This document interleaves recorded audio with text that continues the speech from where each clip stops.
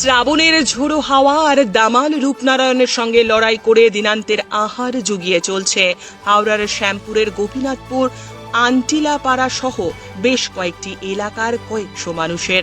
কাক ভরে উঠে রহস্যময় রূপনারায়ণ নদের বুকে মিন ধরার জাল নিয়ে পাড়ি দেয় তারা। নদের পাড় বরাবর 2 থেকে 3 কিলোমিটার যাতায়াত করে চিংড়ির মিন ধরে, আবার ঘরে ফিরে আসে। বিকেলের দিকে একইভাবে তারা মিন ধরে। সেই মিন কিনতে পাইকার আসে রাতের দিকে। আমদানি কম হলে 1 টাকা পিস, আবার বেশি ধরা হলে 25 পয়সা পিস হিসেবে কিনে নিয়ে যায় পাইকারিরা। কোনো দিন চিংড়ি মিন পড়েই না, যেদিন এক বেলার খাবার দুবেলা খেতে হয় তাদের। পরিবারের স্বামী স্ত্রী মিলে সর্বসাকুল্যে 300 থেকে 400 টাকা আয় হয়, যা দিয়ে দ্রব্যমূল্যের এই বাজারে অনেক দিনই সংসার চালানো বড় দায় হয়ে যায়। তবু দিন চলে যায় মিন ধরে।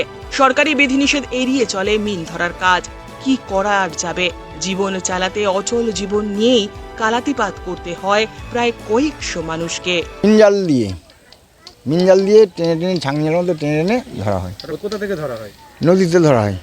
রূপনারায়ণ থেকে? হ্যাঁ, রূপনারায়ণ নদী থেকে ধরা হয়। ধরে এটাকে ফের কি করে? ওটা পাইকার আসে, পাইকার আসলে নিয়ে চলে যায়। মানে পিস হিসাবে দিই।